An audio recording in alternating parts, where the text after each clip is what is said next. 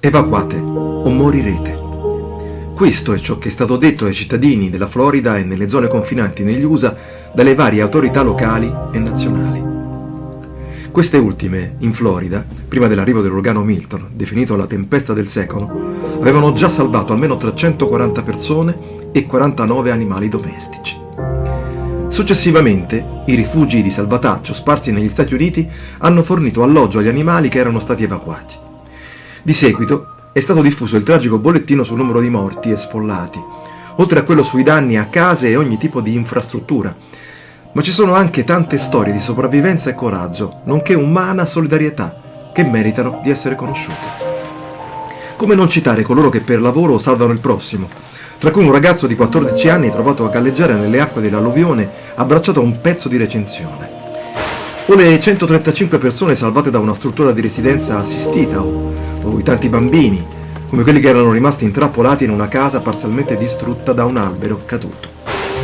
Ci sono anche racconti che strappano un seppur esile sorriso, come quella di Simon Forster, sua moglie e i 2 figli, i quali ancora una volta non riescono a tornare in Scozia dopo essere venuti in vacanza in Florida nel momento sbagliato. Difatti era già accaduto 2 anni fa con l'uragano Ian. Natasha Shannon e suo marito Terry, invece, si sono sentiti soltanto semplicemente fortunati a essere vivi. L'uragano Milton ha strappato il tetto di lamiera della loro casa in cemento armato, dove lui voleva restare perché è dove era cresciuto. Lei lo ha convinto ad andarsene ed accetta di averli salvati tutti. È come darle torto. E poi altre storie, come quella di un equipaggio di elicotteri della Guardia Costiera statunitense che ha soccorso un uomo che era rimasto aggrappato a un frigorifero nel Golfo del Messico, dopo che la sua barca era rimasta bloccata durante la notte nelle acque agitate dall'uragano. Una famiglia della Florida ha invece portato tutti i cani, perfino un asino, peraltro star dei social, assieme ai bambini nella loro camera da letto, per stare al sicuro e al caldo durante la tempesta. Sono tutti salvi, così come una donna che ha convinto i suoi familiari a portare il cavallo di famiglia in casa, dopo aver sistemato in terra segatura e fieno. Di sicuro è diventata virale l'epopea dell'uomo soprannominato Tenente Dan, da un personaggio del film Forrest Gump. Il nostro, il cui vero nome è Joseph Malinowski, è un senzatetto da anni e ha cavalcato l'uragano Milton sulla sua barca e ne è uscito illeso.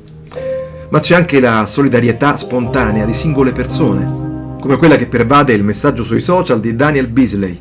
Se sei diretto a nord per fuggire e hai bisogno di un posto sicuro per salvarti, ho 5 acri disponibili dove abbiamo il wifi, un generatore, lavanderia, parcheggio, alcuni collegamenti elettrici e acqua. Animali domestici e animali di grandi dimensioni sono i benvenuti. Oppure l'eroismo o semplicemente l'amore di Matt, il figlio di Liz Kelly. Quest'ultima stava guardando la televisione nella sua casa mobile di North Fort Myers, quando il tetto è stato strappato da un tornado, uno degli oltre 100 che sono stati registrati con l'uragano Milton. Suo figlio si è rapidamente tuffato sopra di lei, poco prima che la sua casa si sgretolasse. «Mi ha salvato la vita», ha detto la madre mentre cercava di trattenere le lacrime.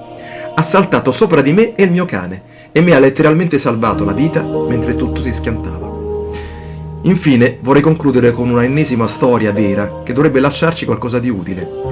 Kyle Morcons è stato in grado di salvarsi e restare in contatto con l'esterno perché la sua famiglia ha un sistema satellitare, ma soprattutto perché uno dei suoi vicini aveva un generatore portatile. I disastri climatici ci stanno addestrando alla sopravvivenza. I generatori di energia e internet satellitare sono investimenti intelligenti, ma non c'è niente di importante come i nostri vicini. Beh, a mio modesto parere, quando il pericolo che abbiamo di fronte è globale e in un modo o nell'altro possiamo aumentarlo o diminuirlo tramite ogni singola scelta che facciamo, vicini lo siamo tutti.